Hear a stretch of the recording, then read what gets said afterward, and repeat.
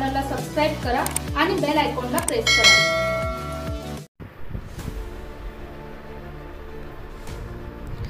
नाशिक महानगर प्रदेश विकास प्राधिकरण NMRDA तर्फे बेलगाव ढगा ते त्र्यंबकेश्वर रोड परिसरातील शेतकरी व रहिवाशांना अचानक दिलेल्या नोटिसांमुळे परिसरात तीव्र संतापाची लाट उसळली आहे। रस्त्यापासून लांब अंतरावर असलेल्या कच्च्या आणि पक्क्या बांधकामांना अनधिकृत ठरवत पाठवण्यात आलेल्या नोटिसांमुळे शेतकरी, व्यावसायिक व स्थानिक रहिवाशांमध्ये भीतीचे वातावरण निर्माण झाले आहे। या कारवाई विरोधात शेतकरी आणि त्यांच्या कुटुंबियांनी नाशिक महानगर प्रदेश विकास प्राधिकरण NMRDA कार्यालयासमोर ठिय्या मांडत आमरण उपोषण सुरू केले आहे। तसेच या उपोषणकर्त्या महिलांनी सांगितले की आमच्या विकासाला कुठलाही विरोध नाही। महानगरपालिका क्षेत्रात एक नियम तसेच आमच्याकडे दुसरा नियम आम्हाला मान्य नसून उपोषणादरम्यान संतप्त महिलांनी प्रशासनावर तीव्र शब्दांत हल्लाबोल केला असून आमची मुलंबाळ रस्त्यावर आणून हा कोणता विकास असा सवाल करत या नोटिसा तातडीने मागे घेण्याची मागणी केली आहे। त्यांनी इशारा दिला की जर नोटिसा रद्द करण्यात आल्या नाहीत तर आत्महत्येशिवाय दुसरा पर्याय उरणार नाही। या आंदोलनाची दखल घेत माजी खासदार हेमंत आप्पा गोडसे यांनी उपोषणकर्त्यांची भेट घेतली। भेटीदरम्यान एका संतप्त महिलेला अश्रू अनावर झाले असून आप्पा आम्ही राहायचं कुठे असा भाविक प्रश्न त्यांनी विचारला। यानंतर माजी खासदार गोडसे यांनी NMRDA चे महानगर आयुक्त जलज शर्मा यांची भेट घेऊन या प्रकरणावर सकारात्मक चर्चा केली। त्यांनी शेतकऱ्यांच्या मागण्या तातडीने विचारात घेण्याची विनंती केली असून शासन स्तरावरही या संदर्भात पाठपुरावा करण्याचे आश्वासन दिले आहे। या घटनेमुळे त्र्यंबकेश्वर रोड परिसरात संतापाचे व असंतोषाचे वातावरण पसरले असून प्रशासनाने या प्रकरणी तातडीने निर्णय घ्यावा अशी मागणी स्थानिक नागरिकांकडून होत आहे। ब्युरो रिपोर्ट रणजित झापर्डे सह स्टार लोकशक्ती न्यूज नाशिक। समोर बघा, त्र्यंबक रस्त्याला राहते। माझं नाव ललिता सुरेश शिंदे। आम्ही न्हावी आहे। आमचं न्हाव्याचं दुकान आहे। आमचं घर आम्ही 30 वर्षापासून राहतो। आमचं मालकीचं घर आहे। घरकुल दिलेलं आहे मला सरकारने। आता ते घरकुलच पाडायला निघाले तेव्हा आम्ही काय करायचं, कसं राहायचं, कुठं जायचं, काय खायचं? आत्महत्या केल्याशिवाय पर्याय नाही। आता सरकारने आमच्याकडे लक्ष दिलं पाहिजे आणि उपोषणाला बसणारे आता आम्ही काही इथून हलणार नाही। काय मागणी आहे मावशी तुमची? आमचं घर गेलं नाही पाहिजे, आमचं घर तोडलं नाही पाहिजे। आम्ही रस्त्याला जागा देतोय ना, 50 फूट जागा देतोय ना आम्ही रस्त्याला। आमचं घर पाठीमागे आहे, 50 फूटच्या मागे आहे आमचं घर। आमचं घर पाडलं नाही पाहिजे। सरकार फक्त हीच मागणी आहे। काय तुमचं काय पाहिजे? आमचं घर तोडून राहिले, आमचं घर तोडून राहिले। माझा मुलगा अपंग आहे, माझा पती बी अपंग होते। आता मी एवढं वय झालं, मी जाऊ कुठं, मुलाला देऊ कुठं? काय मला काही बोलता येत नाही। मी एवढं लहानचे मोठे केले पोरं, आता पोरांना मुलगा अपंग आहे, आता काय करणार? काय झालंय मावशी? काय प्रॉब्लेम? आमचं घर चाललं, आम्हाला राहायला जागा नाही। आम्हाला आता आत्महत्या केल्याशिवाय पर्याय नाही। काय मागणी तुमची? काय मागणी? आमचं घर जाऊ राहिलं, घर गेलं नाही पाहिजे।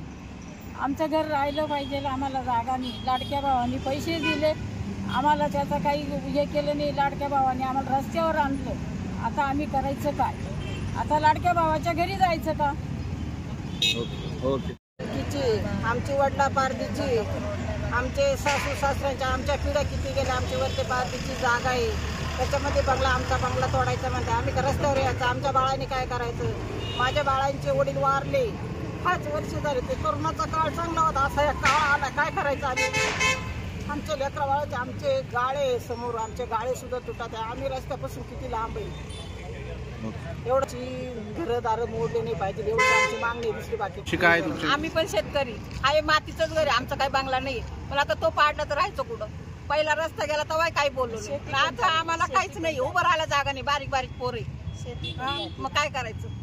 मग आता एवढी शेती द्यायची, रस्ता घ्या ना, अजून एक गाडी जाऊ द्या, तिकून एक गाडी जाऊ द्या, इकून जाऊ द्या, पण डायरेक्ट अर्धा वावरच घ्यायचं। मग काय करायचं? काय प्रॉब्लेम आहे? हे आमची दिवाळीचा सण आला, दिवाळी काळी केली। आमचे लहान लहान पोर आहे। माझं तर 1 वर्षाचा मुलगा आहे बारीक, यांनी डायरेक्ट सांगितलं का उड्यावरती राहा म्हणे. कसं राहायचं आम्ही उड्यावरती? राहायचं कुठं बारीक बारीक पोरं घेऊन?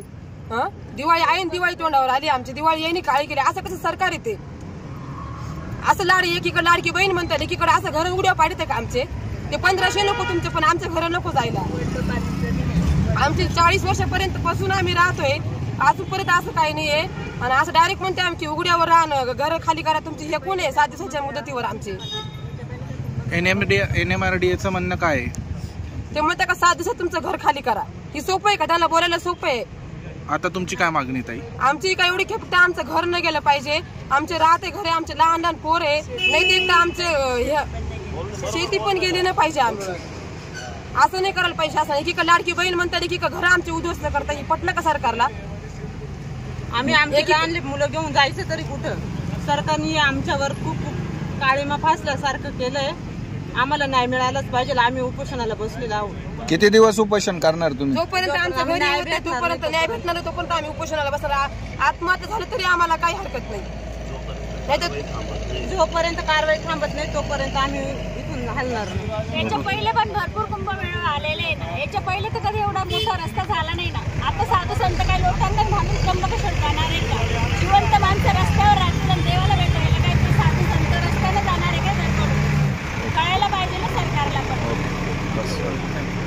जे कामं चालू केले त्यामध्ये आज आमचे घरं बसलेले आणि पूरग्रस्तांना ज्यांचे घरं गेले त्यांना सरकार मदत करते. आज आमचे घरं असताना आम्हाला आज बेघर करू राहिलं. का बरं असं करतंय सरकार?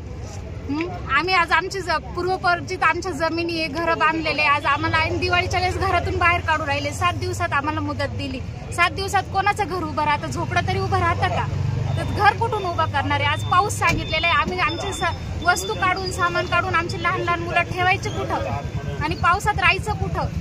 आज आम्हाला जर 7 दिवसात तुम्ही घर खाली करायला लावून राहिले तर काय करणार आहे? ज्यांचे बेघर झाले त्यांना मदत, आणि आमचे घर असताना आम्हाला बेघर करू राहिले. आम्हाला लाडक्या बहिणीचे पैसे सुद्धा उपयोग नाही ना, ते सुद्धा आम्हाला नकोय. तुम्ही किती दिवस उपोषण करणार? आम्ही जोपर्यंत आमच्या मागण्या मान्य होती नाही तोपर्यंत आम्ही उपोषणाला राहणार. तुमची काय मागणी? आमचे घर, आमचे व्यवसाय गेले नाही पाहिजे. आम्ही रस्त्याला विरोध करणार नाही, पण आमचे घर, आमचे व्यवसाय तुटले नाही पाहिजे. सेंटर ऑफ रोड पासून 100 फुटाचा रोड आहे तर 50 फूट आणि 20 फुटाचं फ्रंट मार्जिन असं 70 फुटावरती बिल्डिंग लाईन येते. आणि आपली महापालिकेची हद्द संपली म्हणजे खर मूळ रहदारीचा रोड सुटला का त्यानंतर उलटा नियम आहे का ती हद्द सुटली का सेंटर ऑफ रोडपासून 50 मीटर म्हणजे 150 फुटावरती बांधकाम करावं. आणि म्हणून मला असं वाटतं का हे कुठंतरी धोरण शासनाचं चुकीचं आहे. याच्यामध्ये दुरुस्ती करून महापालिकेला जसे नियम लागू आहे तसे नियम पुढच्या देखील महापालिका नगरपालिकेच्या अंतर्गत येणाऱ्या रस्त्यामध्ये लावावेत. ही देखील मागणी आम्ही त्या ठिकाणी करणार आहोत. आम्ही आज सर्व शिष्टमंडळ त्या ठिकाणी भेटलं आणि त्यांना विनंती केली का आपल्या सर्व शेतकऱ्यांचे घरं ही त्यांनी त्यांच्या वडीलपार्जित सगळ्यांनी कष्ट करून त्यांच्या घामानी बांधलेली घरं आहे आणि म्हणून त्याचा सहानुभूतीपूर्वक विचार करावा आणि ते नियमित करण्यासाठी देखील त्या ठिकाणी प्रयत्न करा. आपण या संदर्भामध्ये कोणाची भेट घेणार आहात? कशा प्रकारचा लढा उभारला जाईल येणाऱ्या काळामध्ये? असं वाटतं का हा लढा तसा पाहायला गेला तर हा सर्व जितके पण आज त्र्यंबक रोडवरती जितके बांधकामं आहेत तर सर्वची सर्व माझ्या मते जवळजवळ 90-95% बांधकामं ही शेतकऱ्यांची. आणि म्हणून टाउन प्लॅनिंग त्यावेळेस लोकांना माहीत नव्हतं.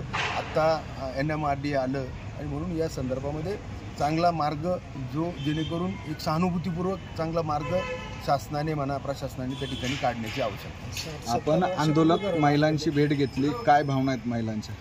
अनेक महिला त्या ठिकाणी बसलेल्या आहेत आणि त्या रडून सांगत आहेत का हे आमच्या वडीलपार्जित घरं या ठिकाणी आमच्या उदरनिर्वाहासाठी आमच्या घरच्यांनी बांधून दिले, त्यावरतीच आमचं घर आहे. आणि आज जर ते काहीच नसलं तर उद्या आम्ही रस्त्यावरती या ठिकाणी येऊ, अशा प्रकारचे भावना या सर्व महिलांच्या त्या ठिकाणी होत्या. आणि म्हणून त्याचा विचार, गोरगरिबांचा विचार, कष्टकऱ्यांचा विचार या ठिकाणी प्रशासनाने करावा. आता उद्या यांचं कारवाई होणार आहे त्याच्यावर काय म्हणून आम्ही त्यात सांगायला त्या ठिकाणी गेलो होतो की हे सर्व जी काही बांधकामं आहेत ही काही सरकारी जमिनीवरती नाही, हे काही रस्त्याला कुठं अडथळा आणत नाही, हे सगळ्या खाजगी मालकीच्या शेतकऱ्यांच्या खाजगी शेतीमध्ये बांधलेली घरं आहेत.